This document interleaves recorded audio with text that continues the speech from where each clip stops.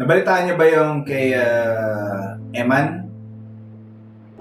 Sa susunod na natin pag-usapan yung kay Eman bilang respeto sa pamilya ni Eman, no? Especially kay Kuya Kim Atienza. Sa susunod na natin pag-usapan yun, but meron din siyang relationship, no? Of course, yung depression, anxiety, or mental illness, no?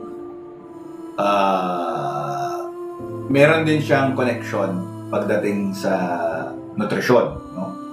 So we are going to discuss that next time, but not now. It would be insensitive of us to discuss and use Eman as a sample, no? Pero at the moment, we cannot, we should not, no?